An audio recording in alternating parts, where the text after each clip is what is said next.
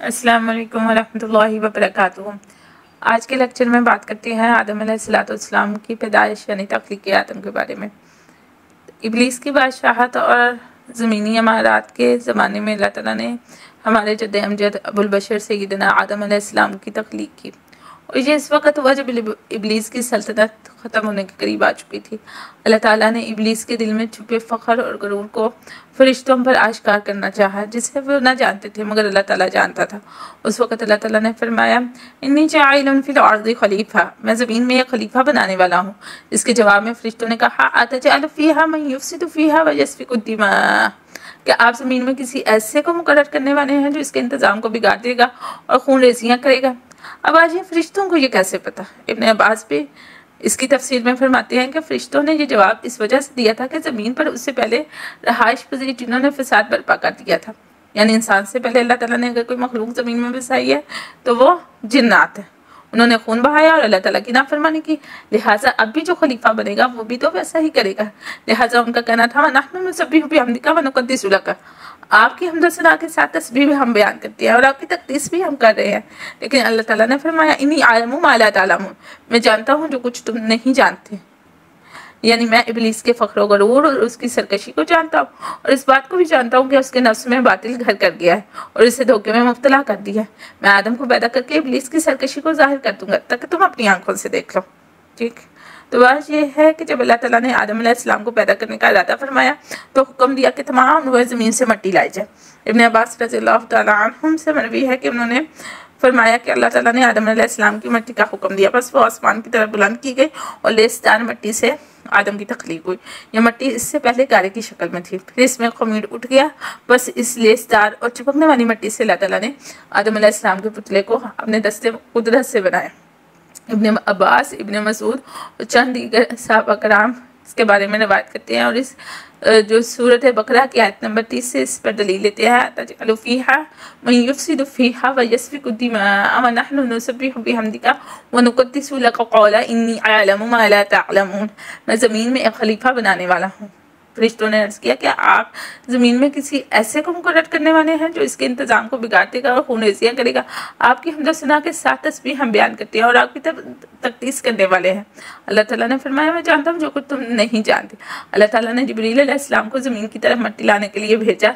ज़मीन ने कहा, मैं पनाह मांगती हूँ तुझसे इस बात की कि तू मेरे अंदर से कुछ चीज़ कम करे और मुझे ऐब लगाए। बस जिब्रील अलैहिस्सलाम वापस लौट गए और ज़मीन से कुछ ना लिया और अल्लाह ताला के हुज़ूर जाकर कहा, मेरे रब, ज़मीन ने आपकी पनाह मांगी थी, मैंने इसे पनाह दे दी। इसके बाद अल्लाह ताला ने मिकाईल अलैहिस्सलाम को भेजा।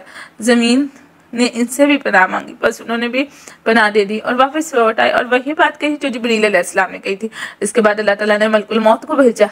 ज़मीन ने इनसे भी पनाह मांगी मगर इन्होंने कहा, मैं अल्लाह की पनाह मांगता हूँ इससे कि मैं लौट जाऊँ और अल्लाह के हुक्म की तमील ना करूँ। बस उन्होंने रोए ज़मीन से मिट्टी ली। मलकुल मौत ने एक ही जगह से मिट्टी ना ली बल्कि मुख्तलिफ मकामात से सुरख, सफ़ेद और स्याह रंग की मिट्टी ली। यही वजह है कि बनी आदम मुख्तलिफ सिफात मिजाज पर पैदा हुए। मलकुल मौत मुख्तलिफ किस्म की ये मिट्टी लेकर आसमान की तरफ चढ़े और इसे पानी से तर किया, यहाँ तक कि वो लेसदार मिट्टी बन गई, यानी ऐसी ये आपस में चिपक जाती थी।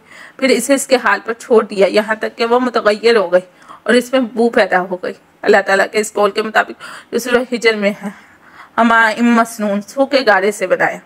हज़रत इब्न अब्बास रज़ियल्लाहु तआला अन्हु से मरवी है कि अल्लाह ताला ने इब्लीस को भेजा और इसने ज़मीन के ऊपर के हिस्से से तल्ख़ और शीरीं मिट्टी ली जिससे आदम की तख्लीक हुई। इसी वजह से नाम आदम रखा गया। वो ज़मीन के ऊपरी हिस्से अदीम से पैदा हुए और इसी वजह से इब्लीस ने कहा, क्या मैं इसको सजदा करूँ जिसे आपने मिट्टी से पैदा किया है, यानी वो मिट्टी जिसे मैं लाया हूँ। सईद बिन जुबैर रज़ियल्लाहु तआला अन्हु से मरवी है कि आदम नाम इसलिए पड़ा कि वो ज़मीन के ऊपरी हिस्से अदीम से पैदा हुए। एक दूसरी जगह रवायत मिलती है, हज़रत अली से मरवी है रज़ियल्लाहु तआला अन्हु कि आदम अलैहिस्सलाम को ज़मीन के अदीम यानी ऊपरी हिस्से से पैदा किया गया। इसमें उम्दा और रती हर किस्म की मिट्टी शामिल थी, इसलिए तो इनकी औलाद भी अच्छे बुरे हर तरह के लोग उस पर शामिल हैं।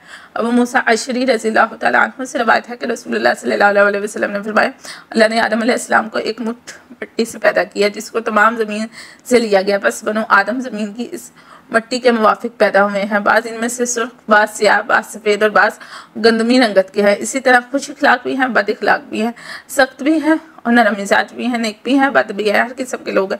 इसके बाद इस मिट्टी को छोड़ दिया गया यहाँ तक कि इसमें बू पैदा हो गई। फिर इसे छोड़ दिया गया यहाँ तक कि वो खुश्क होकर ठीकरे की शक्ल बन गई। अल्लाह ताला सूरह हिजर में फरमाते हैं वलाक़द ख़लक़नल इंसान मिन सलसालिन मिन हमीम मस्नून, हमने इंसान को सड़ी हुई मिट्टी के सूखे गाड़े से बनाया। इब्ने अब्बास से मरवी है कि आदम को 3 इक़साम की मिट्टी से पैदा किया गया, सलसाल, हमाइन और तीन लाजिब से। यानी लाजिब तुराब उम्दा मिट्टी है, और हमा से मुराद गारा और कीचड़, और सलसाल से मुराद ऐसी मिट्टी है जिसे कूट कर बरी कर लिया गया हो। अल्लाह ताला के फरमान में सलसाल का मतलब यही है कि ऐसी खुश्क मिट्टी जो खनखनाती हो। तो बात यह है कि आदम अलैहिस्सलाम का पुतला बनने के बाद शैतान की शैतानियत का क्या हुआ। अल्लाह ताला ने आदम अलैहिस्सलाम की मिट्टी लाने का हुक्म दिया, बस वह मिट्टी आसमान की तरफ ले जाई गई। फिर आदम अलैहिस्सलाम को लेसदार मिट्टी तीन लाजिब से बनाया गया, जो कि इससे कबल बदबूदार मिट्टी हमाई मसनून की शक्ल में थी, और इससे कबल वो खुश्क मिट्टी तो राफ थी। बस आदम अलैहिस्सलाम को तीन लाजिब से अब दस्ते कुदरत से अल्लाह ने बनाया अपने, और 40 रातों तक इनके पुतले को ऐसे ही पड़ा रहने दिया। इस दौरान इबलीस इस पुतले के पास आया और अपने पाँव से इसे ठोकर मारी, जिससे इसमें आवाज़ पैदा हुई और वह बजने लगा। अल्लाह के फरमान में जो सूरह रहमान आयत 14 में अल्लाह ताला फरमाते हैं ना, मिन सलसालिन कल फ़ख़्ख़ार, ठीकरे जैसे सूखे सड़े गारे से। इसके बाद शैतान आदम अलैहिस्सलाम के पुतले के मुंह में दाखिल होकर इसकी दुबर के रास्ते से बाहर निकल गया और कहने लगा, इस आवाज़ और मिट्टी के वजह से जिससे तू पैदा किया गया तेरी कोई हैसियत नहीं। अगर मुझे तुझ पर कब्जा तसर्रुफ़ दिया गया तो मैं तुझे हलाक कर दूंगा, और अगर तुझे मेरे ऊपर मुसल्लत किया गया तो तू मेरी अदूली नहीं कर सकेगा, यानी कि तू मेरे पर आदिल कभी नहीं हो सकेगा, और मैं तेरे हुक्म अदूली करूँगा। ठीक है, यानी कि तू मेरे पर कभी भी काबिज नहीं हो सकेगा, लेकिन मैं तुझ पर काबिज हो जाऊँगा। इब्ने अब्बास, इब्ने मसूद और चंद दीगर सहाबा कराम रज़ियल्लाहु ताला अन्हुम से मरवी है कि अल्लाह ताला ने फरिश्तों से फरमाया, इन्नी खालिकुम बशरम मिन तीन फ़इज़ा सवैतुहु व नफ़ख़्तु फ़ीही मिन रूही फ़क़ू लहू साजिदीन, मैं मिट्टी से एक बशर बनाने वाला हूँ, फिर जब मैं इसे पूरी तरह बना दूँ और इसमें अपनी रूह फूंक दूँ तो तुम इसके आगे सजदे में गिर जाना। बस अल्लाह ताला ने इसे अपने दस्ते कुदरत से बनाया ताकि इब्लीस इस पर तकब्बुर न कर सके। इसके बावजूद जब इब्लीस अपने आप को आदम अलैहिस्सलाम से बड़ा जाहिर करता है तो अल्लाह ताला फरमाता है, जिस चीज़ को मैंने अपने हाथ से बनाया इस पर इब्लीस तकब्बुर करता है, हालांकि मैं इससे तकब्बुर नहीं करता। बस आदम अलैहिस्सलाम का इंसानी शक्ल का पुतला तैयार किया गया और फिर 40 रोज़ तक इसे इसी हालत में पड़ा रहने दिया गया। फरिश्तों का इधर से गुजर हुआ तो वो इसे देखकर घबरा गए, और सबसे ज़्यादा घबराहट इब्लीस पर तारी हुई। इब्लीस जब भी इसके पास से गुजरता इसको ठोकर मारता, जिसकी वजह से इसमें आवाज़ पैदा होती, जिस तरह ठीकरे पर ठोकर लगने से आवाज़ पैदा होती है। मिन सलसालिन कल फ़ख़्ख़ार में इसी को बयान किया गया। इब्लीस ठोकर लगाते वक़्त इससे कहा करता था कि तुझे किस काम के लिए पैदा किया गया। वो मुंह की तरफ से इस पुतले में दाखिल होता और दुबर के रास्ते से बाहर निकल जाता और फरिश्तों से कहता, तुम इससे मत डरो, तुम्हारा रब बेनियाज है। ये कि ये इंसान अंदर से खोखला है, अगर मुझे इस पर मुसल्लत किया गया तो मैं इसे हलाक कर दूंगा, और अगर इसको मुझ पर मुसल्लत किया गया तो मैं इसकी हुक्मादूरी करूँगा। हज़रत सुलेमान फ़ारसी रज़ियल्लाहु ताला अन्हु रिवायत करते हैं, अल्लाह ताला ने हज़रत आदम की मिट्टी को 40 जिंदा खमीर बनने दिया, फिर इसे अपने दोनों हाथों में जमा किया और इसके अच्छे हिस्से को दाएं हाथ और बुरे हिस्से को बाएं हाथ में अलग अलग कर दिया। फिर दोनों हाथों की मिट्टी को आपस में खल्त-मल्त कर दिया। यही वजह है कि नेक लोगों के यहाँ बद औलाद और बद लोगों के यहाँ नेक औलाद पैदा होती। तो अब यह है कि रूह कब फूंकी गई। इब्ने इसहाक़ रवायत करते हैं, अल्लाह ताला ज़्यादा जानते, लेकिन कहा गया है कि अल्लाह ताला ने आदम अलैहिस्सलाम का पुतला बनाया, फिर इसे छोड़ दिया, इसे 40 रोज़ तक देखता रहा, यहाँ तक कि वो मिट्टी ठीकरे की तरह आवाज़ देने लगी और बगैर पकाए ही पुख्ता हो गई। जब ये आदम में पुतला अच्छी तरह पुख्ता हो गया तो अल्लाह ताला ने इसमें रूह फूंकने का इरादा फरमाया, तो पुतले को फरिश्तों के सामने किया और कहा, जब मैं इसमें रूह फूंक दूँ तो तुम इसके सामने सजदे में गिर जाना। इब्ने अब्बास, इब्ने मसूद और दीगर सहाबा कराम की रवायात में मिलता है हमें, जब अल्लाह ताला ने आदम अलैहिस्सलाम के अंदर रूह फूंकने का इरादा फरमाया तो फरिश्तों से फरमाया, जब मैं इसके अंदर रूह फूंक दूँ तो तुम इसके सामने सजदे में गिर पड़ना। इसके बाद जब अल्लाह ताला ने इनके अंदर रूह फूंकी तो रूह सर में दाखिल हुई, जिसकी वजह से आदम अलैहिस्सलाम को छींक आ गई, जिस पर फरिश्तों ने कहा अल्हम्दुलिल्लाह। अल्हम्दुलिल्लाह कहने पर अल्लाह ताला ने फरमाया, रहम कर रब्बी, तेरा रब तुम पर रहम करे। इसके बाद रूह आंखों में दाखिल हुई तो आदम अलैहिस्सलाम ने जन्नत के फल और मेवों को देखा। जब पेट में पहुंची तो खाने की ख्वाहिश पैदा हुई और आदम अलैहिस्सलाम रूह के टांगों में पहुंचने से पहले ही इन फलों और मेवों की तरफ जो है दौड़ पड़े। कुरान पाक ने इस उजलत पसंदी को इस तरह बयान किया, खुलिकल इंसान मिन अजलिन, इंसान जल्दबाज मखलूक है। इसके बाद तमाम फरिश्तों ने सजदा किया, लेकिन इब्लीस ने इनकार किया और तकब्बुर का इजहार किया और काफिरों में से हो गया। अल्लाह ताला ने इब्लीस से पूछा, जिस चीज़ को मैंने अपने दस्ते कुदरत से बनाया इसको सजदा करने से तुझे किस चीज़ ने रोका? शैतान ने जवाब दिया, क्योंकि मैं इससे बेहतर हूँ, लिहाजा मैं ऐसे इंसान जो कि मुझसे कम तरह सजदा नहीं कर सकता, जिसे तूने मिट्टी से पैदा किया। अल्लाह ताला ने फरमाया, तू यहाँ से उतर और निकल जा, तेरे लिए तकब्बुर मुनासिब ना था, तो जलील ख्वार हो गया। इब्न अब्बास फरमाते हैं, जब अल्लाह ताला ने आदम अलैहिस्सलाम के अंदर अपनी रूह फूंकी तो वो रूह इनके सर की जानिब से दाखिल हुई और जिस्म के जिस हिस्से में पहुंची वो गोश्त और खून में तब्दील हो जाता। जब रूह नाफ के मुकाम पर पहुंची तो आदम अलैहिस्सलाम ने अपने जिस्म को देखा तो वो बहुत खूबसूरत मालूम हुआ। आदम अलैहिस्सलाम ने उठना चाहा मगर इस पर कादिर ना हो सके। अल्लाह ताला के फरमान के मुताबिक खुलिकल इंसान मिन अजल, इंसान जल्दबाज पैदा हुआ। तो बात यह है कि आदम से हमारे खुशी का सब्र नहीं हुआ। फिर जब इनके पूरे जिस्म में रूह फैल चुकी तो आदम अलैहिस्सलाम को छींक आई, जिस पर उन्होंने अल्हम्दुलिल्लाह कहा। ये अल्लाह ताला की तरफ से इल्हाम की वजह से था। अल्लाह ताला ने फरमाया, आदम अल्लाह तुझ पर रहम करे। इसके बाद वो फरिश्ते तो उस वक्त इब्लीस के साथ थे, ना कि तमाम फरिश्तों ने सजदा करने का हुक्म हुआ। इब्लीस के सिवा सब ने सजदा किया, क्योंकि इसके दिल में गुरूर और तकब्बुर मौजूद था और आदम अलैहिस्सलाम के खिलाफ हसद भी। इसी तकब्बुर की वजह से कहा कि मैं इससे बेहतर हूँ और उम्र में भी इससे बड़ा हूँ और खलकत के एतबार से भी इससे कवी हूँ। अल्लाह तूने मुझे आग से पैदा किया और इसे मिट्टी से, और आग मिट्टी से कवी और ताकतवर। इब्लीस के सजदा ना करने से और तरह तरह के एतराज़ात करने पर अल्लाह ने इसे हर खूबी से महरूम कर दिया और हर भलाई से मायूस कर दिया। इसे अपनी बारगाह से तुतकारा और शैतान बना दिया। ये सब कुछ इसके साथ इसकी नाफरमानी की सजा के तौर पर हुआ और ये उसकी अपनी दिमागी खलल था कि आग बेहतर है। मोहम्मद बिन इसहाक की रवायत में है कि रूह जब आदम अलैहिस्सलाम के सर तक पहुंची तो उन्हें छींक आ गई, जिस पर उन्होंने कहा, अल्हम्दुलिल्लाह। अल्लाह ताला ने जवाब में फरमाया, तेरा रब तुझ पर रहम करे। और फरिश्ते अल्लाह ताला से किए गए वादे के मुताबिक आदम अलैहिस्सलाम के सामने सजदे में गिर पड़े। फरिश्ते अल्लाह ताला के हुक्म को बजा लाए, लेकिन इब्लीस इनके दरमियान अकड़ा खड़ा रहा। इसने अपने आप को बड़ी चीज़ समझा और अल्लाह ताला के हुक्म को ना माना और सजदा नहीं किया। अल्लाह ने जब इससे पूछा कि तूने सजदा नहीं किया है इब्लीस, तुझे किस चीज़ ने सजदा करने से रोका, जबकि तमाम फरिश्तों ने सजदा किया। जिसके जवाब में इब्लीस ने कहा, ये मिट्टी से बना है, मैं आग से बनाऊँ, आग मिट्टी से बेहतर और कभी है, लिहाजा मैं इसको सजदा नहीं करूँगा। अल्लाह ताला ने इब्लीस की ये गुस्ताखी सुनकर इसे अपनी रहमत से दूर कर दिया और जन्नत से निकलवा दिया। हज़रत अबू हुरैरा रज़ियल्लाहु तआला अन्हु से रवायत है कि नबी सल्लल्लाहु अलैहि वसल्लम ने फरमाया, अल्लाह ताला ने आदम को अपने दस्ते कुदरत से बनाया।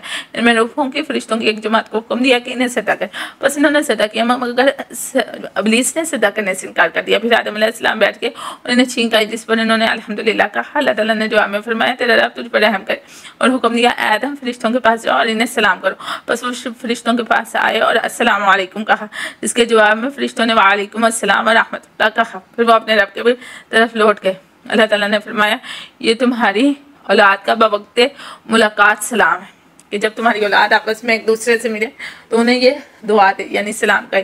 जब अल्लाह ताला ने फरिश्तों से कहा, मैं ज़मीन में अपना खलीफा मुकर्रर करना चाहता हूँ, तो फरिश्तों ने साबिक़ा तजर्बे के बिना पर कहा कि आप ऐसे नायब मुकर्रर करना चाहते हैं जो ज़मीन में फसाद बर्पा करे और खून बहाए, हालांकि हम आपकी तस्बीह तमहीद और बाकी बयान करते हैं।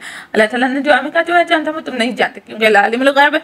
लिहाजा जब सजदे से इनकारी होकर अल्लाह ताला के पूछने पर इब्लीस ने दिल में छुपा जहर उगल दिया और इसका तकब्बुर, खुद पसंदी और सरकशी फरिश्तों पर अया हो गई, तो उन्हें मालूम हो गया कि इनके अंदर कोई ऐसा नालायक भी मौजूद है जिसमें अल्लाह ताला की नाफरमानी और इसके हुक्म की खिलाफवर्जी का वादा मौजूद है, और वो था इब्लीस। इसके बाद अल्लाह ताला ने आदम अलैहिस्सलाम को कुछ चीज़ों के नाम सिखाए।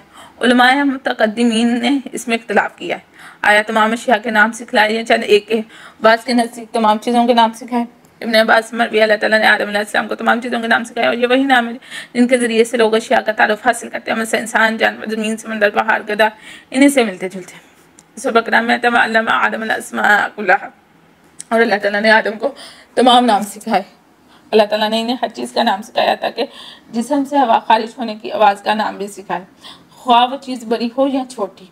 ये इब्न अब्बास बयान करते हैं। और एक और जगह पर इब्न अब्बास रज़ियल्लाहु तआला अन्हु से मरवी, अल्लाह ताला ने आदम अलैहिस्सलाम को हर चीज़ का नाम सिखाया, हत्ता कि खुशी और मसरत के औकात के वक़्त बोलने और जिस्म से हवा खारिज होने की आवाज़ का नाम भी, ख्वाह वो आवाज़ मामूली हो या ज़्यादा। ठीक है, अल्लाह ताला ने उन्हें हर चीज़ का नाम सिखाया। सईद बिन जुबैर कहते हैं, ऊँट, गाय, बकरी का नाम भी सिखाया। दादा ने इस आयत की तफसीर में बताया कि अल्लाह ताला ने आदम अलैहिस्सलाम को हर चीज़ का नाम सिखाया। ये पहाड़, ये समंदर फलां और ये फलां है। फिर फरिश्तों के सामने इन चीज़ों को पेश किया और फरमाया कि तुम इन चीज़ों के नाम बताओगे अगर तुम सच्चे हो। तो उन्होंने कहा कि पाक अल्लाह, हम नहीं जानते, ठीक है, आप ही बेहतर जानते। सही, हम तो बस वही जानते हैं जो कि आपने हमें सिखाया, और तू तो गैब और हाज़िर दोनों चीज़ों का जानने वाला है। यानी कि फरिश्तों ने इल्म गैब की नफ़ी कर दी। तो अल्लाह ताला ने उनसे कहा था कि अगर तुम्हारे अलावा किसी ऐसे को खलीफा बनाओ जो बिल्कुल तुम्हारी नजरों से गायब और रजुल और तुम इन्हें ना देख सको, तो तुम इसके बारे में खबर कैसे दे सकते हो कि इन्होंने खिलाफत का हक अदा नहीं किया। तो मैं जो खलीफा बनाने वाला हूँ उसके बारे में मैं बेहतर जानता हूँ, तुम नहीं। तो फरिश्तों को हर एतबार से लाजवाब करने के लिए अल्लाह रब्बुल इज़्ज़त ने ये तमाम गुफ्तगू फरमाई ताकि उन्हें अपने दावे की सच्चाई मालूम हो जाए। ठीक है, इसलिए अल्लाह ताला ने फरमाया अगर तुम अपने दावे में सच्चे हो, यानी अगर मैं तुम में से किसी को खलीफा बनाऊँ तो तुम मेरी अतात तस्वीर तकदीस बयान करोगे और नाफरमानी से बचोगे, और अगर किसी और को खलीफा बना दिया तो वो कौल तुम्हारे व ज़मीन में फसाद बर्पा करेगा और खून रेजी करेगा। तो ज़रा इन चीज़ों के नाम तो बताओ, क्योंकि अगर तुम इन चीज़ों का मुशाहिदा और मुआयना करोगे और तुम्हें इनके नाम मालूम ना हुए तो तुम इनके मुतालिक मेरा हुक्म जान ना ला सकोगे। जब हुक्म ही समझ में नहीं आएगा तो अतात और अमल कैसे मुमकिन होगा। यही तुम्हारे इस्तिक़ाक़ की बुनियाद है जो गिरी पड़ी है, लिहाजा तुम्हारा दावा इस्तिक़ाक़ बातिल है कि यह मखलूक का फितना फसाद करेगी। ठीक, तो इब्ने अब्बास, इब्ने मसूद और चंद दीगर सहाबा कराम में से जिन्होंने कहा इनको तुम सादिकीन, अगर तुम सच्चे हो अपने दावे में तो इन चीज़ों के नाम बताओ। ठीक है, कि आदम फसाद बर्पा करेगा। तो उन्होंने कहा कि हाँ, जो तू जानते वो हम नहीं जानते। ठीक है, अल्लाह ताला ने फरिश्तों से ये इसलिए पूछा कि जब आदम अलैहिस्सलाम की तख्लीक की इब्तिदा फरमाई तो आपस में कहने लगे हमारा रब जो चाहे करे, जो चीज़ भी पैदा करेगा वो हमसे ज़्यादा साहिब इल्म फजल नहीं हो सकती। बस जब अल्लाह ताला ने आदम अलैहिस्सलाम को पैदा फरमाया और इन्हें हर चीज़ का इल्म सिखाया तो इन अशिया को फरिश्तों पर पेश किया गया और फरिश्तों से कहा अगर तुम सच्चे हो तो इन अशिया के नाम बताओ। यानी फरिश्तों का ये कहना कि अल्लाह ताला हमसे ज़्यादा साहिब इल्म फजल मखलूक पैदा नहीं कर सकता, यानी फरिश्तों ने अल्लाह को मजबूर समझ लिया। इस दावे के बातिल के लिए ये करना ज़रूरी था। ठीक है, जो अल्लाह ताला ने की। तो बात ये है कि हज़रत का दाता अल्लाह ताला के इस फरमान में नमज़ काला रब्बुका लिल मलाइकति इन्नी जाइलुन फिल अर्दि खलीफा, इसकी तफसीर में कहते हैं कि अल्लाह ताला ने तख्लीक़ आदम के बारे में फरिश्तों से मशवरा फरमाया। फरिश्ते कहने लगे कि आप ऐसे को खलीफा बनाएंगे जो ज़मीन में फसाद बर्पा करे और खून बहाए। ये बात फरिश्तों ने इसलिए कही कि वो जानते थे कि अल्लाह के नज़दीक फसाद और खून खराबा से ज़्यादा और कोई अमल नापसंदीदा नहीं, और अपने मुतल्लिक़ कहने लगे कि हम आपकी तस्बीह और तक़दीस बयान करते हैं। गोया कि फरिश्तों ने अल्लाह ताला के सामने खुद को ज़्यादा फजल और बुजुर्गी वाला कहा और खिलाफत का मुझसे करा दिया, लेकिन अल्लाह ताला के इल्म में ये बात थी कि जो मैं पैदा करूँगा इनमें अम्बिया, रसूल, सालिहीन और अहले जन्नत भी होंगे। तो जब अल्लाह ताला ने आदम अलैहिस्सलाम की तख्लीक शुरू की तो फरिश्ते कहने लगे अल्लाह ताला हमसे ज़्यादा साहिब अजीज़ अज़मत और साहिब इल्म और फजल कोई मखलूक पैदा ना फरमाएगा। बस अल्लाह ताला ने आदम अलैहिस्सलाम को तख्लीक करके फरिश्तों को आजमाया और इनका इम्तहान लिया कि बेशक हर मखलूक को आजमाया जाता है। सूरह सदा आयत 11 में आता है वजूद में आ जाओ खा तुम चाहो या ना चाहो। तो उन्होंने कहा हम आ गए, यानी ये आसमान और ज़मीन की बात है। अल्लाह ताला ने फरिश्तों से फरमाया मैं ज़मीन में खलीफा बनाने वाला हूँ। तो उन्होंने अपनी राय पेश की, बस अल्लाह ताला ने उन्हें एक इल्म सिखाया और दूसरा इल्म उनसे बचा दिया जो आदम अलैहिस्सलाम को सिखाया गया था। ठीक है, तो आदम अलैहिस्सलाम को हर चीज़ का नाम सिखाया जिसमें घोड़ा, खच्चर और बाकी तमाम चीज़ें आती। ठीक है, और ये आयत में जो ये है कि मैंने तुमसे कहा था कि मैं आसमान और ज़मीन की वो सारी हकीकतें जानता हूँ जो तुमसे छुपी, जो कुछ तुम जाहिर करते हो वो भी मुझे मालूम है, जो कुछ तुम छुपाते हो इससे भी मैं जानता हूँ। ये दरअसल फरिश्तों की इस बात की तरफ इशारा है कि आप ज़मीन में किसी ऐसे को मुकर्रर करने वाले हैं जो इसके इंतज़ाम को बिगाड़ देगा और खून रेज़ी करेगा। तो अल्लाह ताला ने फरमाया जिस चीज़ को तुम छुपाते हो मैं उससे भी जानता हूँ, यानी आपसी गुफ्तगू के हम इससे बेहतर और ज़्यादा इल्म वाले हैं। ठीक है, तो जब फरिश्तों ने इसको जान लिया कि अल्लाह ताला ज़मीन में खलीफा पैदा करने वाले, तो आपस में कहा कि अल्लाह ताला हमसे ज़्यादा इल्म फजल वाली कोई मखलूक पैदा नहीं फरमाया। ठीक है, तो बस अल्लाह ताला ने उन पर आदम अलैहिस्सलाम का इल्म वाज़ह कर दिया। जब फरिश्तों से पूछा कि इन चीज़ों के नाम क्या है तो फरिश्ते नहीं बता सके, लेकिन जब आदम से पूछा तो आदम अलैहिस्सलाम ने उन चीज़ों के नाम बता दिए। जब फरिश्तों के सामने इब्लीस का तकब्बुर और नाफरमानी ज़ाहिर हो गई तो अल्लाह ताला ने उस पर अता फरमाया जिसे उसने अपनी बेइज्जती समझा और अपने गुनाह पर बज़िद रहा और उसने सरकशी और बगावत पर कमर बांध दी। अल्लाह ताला ने इस पर लानत फरमाई और उसे जन्नत से निकाल दिया, इसे रांदा दरगाह कर दिया और आसमान और ज़मीन की बादशाहत का एजाज़ इससे छीन लिया, जन्नत की जो है हकदारी से उसको हटा दिया जिस पर वह ममूर था। फ़खरुज मिन्हा फ़इन्नका रजीम व इन्ना इलैका लानती इला यौमिद्दीन, अच्छा तो यहाँ से निकल जा, तो मरदूद है और तेरे ऊपर यौम जज़ा तक मेरी लानत है, अल्लाह ताला ने फरमाया। और आदम अलैहिस्सलाम को जन्नत में लाने के लिए कहा। इब्ने अब्बास, इब्ने मसूद और दीगर सहाबा कराम रज़ियल्लाहु तआला अन्हुम अजमाइन बात करती हैं कि इब्लीस को जन्नत से निकाला गया। जब इस पर फटकार पड़ी और आदम अलैहिस्सलाम को जन्नत में ठिकाना दिया गया तो वहाँ इन्होंने तन्हाई महसूस की, क्योंकि वहाँ इनका कोई हमसर नहीं था, अपने जैसा कोई भी नहीं था जिससे वो सुकून हासिल करते, बातचीत करते। बस वो एक रात सोए, जब बेदार हुए तो अपने सरहाने एक औरत खरीदेगी। ये बात याद रखिए कि असर और मगरिब के दरमियान ये तमाम वाक़यात हुए। तो आप कहेंगे इतने छोटे से ड्यूरेशन में ऐसा कैसे हो सकता है? तो वो जन्नती दिन था, हम शुरू में से डिस्कस कर चुके हैं कि उसकी मसाफत लंबी थी, जिसको अल्लाह ताला ने उनकी पसली से पैदा फरमाया, यानी कि औरत को। तो आदम अलैहिस्सलाम ने उनसे पूछा कि तुम कौन हो? कहने लगे कि मैं हवा, औरत जिसे तेरे लिए पैदा किया गया, तुम उससे सुकून हासिल कर। ये नाम क्यों रखा गया? इसलिए कि हई जिंदा आदम से पैदा किया गया, इसलिए नाम हवा रखा गया। इसके बाद अल्लाह ताला ने फरमाया, आदम तुम और तुम्हारी ज़ौजा जन्नत में रहो और जहाँ से चाहो जी भर के फरागत से खाओ। इब्न अब्बास से बात करते हैं कि जब अल्लाह ताला ने इब्लीस को दुत्कारा तो आदम अलैहिस्सलाम की तरफ मुतवज्जा हुए। उन्होंने तमाम अस्मा का इल्म सिखाया और फरमाया कि आदम इन अशिया के नामों के मुतालिक बताओ। इसके बाद आप इन्हें आखिर तक तमाम वाक़या बयान किया है। अहले तौरात और दीगर अहले इल्म अब्दुल्लाह बिन अब्बास के ज़रिए हमें रवायत पहुँची है कि फिर आदम पर अल्लाह ताला ने ऊँग डाल दी, फिर इनकी बाईं फसली से एक फसली ली और खाली जगह में गोश्त बराबर कर दिया। फिर अल्लाह ताला ने आदम अलैहिस्सलाम की इस फसली से इनकी बीवी हवा बना दी और इसे संवार दिया ताकि आदम अलैहिस्सलाम इनसे सुकून हासिल करें। जब आदम अलैहिस्सलाम की ऊँग ख़त्म हुई और नींद की हालत से बाहर निकले तो उन्होंने अपने पैरों में हवा को खड़ा देखा। यहूद के कहने के मुताबिक अल्लाह ताला ज़्यादा जानता था कि आदम ने कहा मेरा गोश्त, मेरा खून और मेरी ज़ौजा, फिर इसके साथ सुकून हासिल किया। फिर जब अल्लाह ताला ने इनका निकाह कर दिया और इनके लिए सुकून की चीज़ बना दिया तो इसे अपने सामने बुलाया और कहा, है आदम तुम और तुम्हारी बीवी जन्नत में रहो, जहाँ से चाहो खूब फरागी के साथ खाओ, लेकिन इस दरख्त के करीब मत जाना और ना तुम जालिम करार पा जाओगे। ठीक है, यानी जालिमों में से हो जाओगे। और खलक मिनहा ज़ौजहा, और अल्लाह ताला फरमाते हैं हमने इसी आदम से उसका जोड़ा बनाया। हवा आदम अलैहिस्सलाम की निचली फसली से पैदा हुई। आदम अलैहिस्सलाम सोए हुए थे, जब जाके बेदार हुए तो करीब एक औरत थी। हज़रत मुजाहिद भी इसी तरह इस चीज़ को रवायत करते हैं। और हवा अलैहिस्सलाम के बारे में आता है कि दुनिया की सबसे ज़्यादा हसीन और जमील खातून हज़रत हवा अलैहिस्सलाम। इसी के साथ आज का लेक्चर मुकम्मल होता है। कल इंशाल्लाह हम आदम अलैहिस्सलाम और हव्वा अलैहिस्सलाम का इम्तिहान और इब्लीस को उन्हें बेकाना डिस्कस करेंगे। आखिर दावना अल्हम्दुलिल्लाहि रब्बिल आलमीन।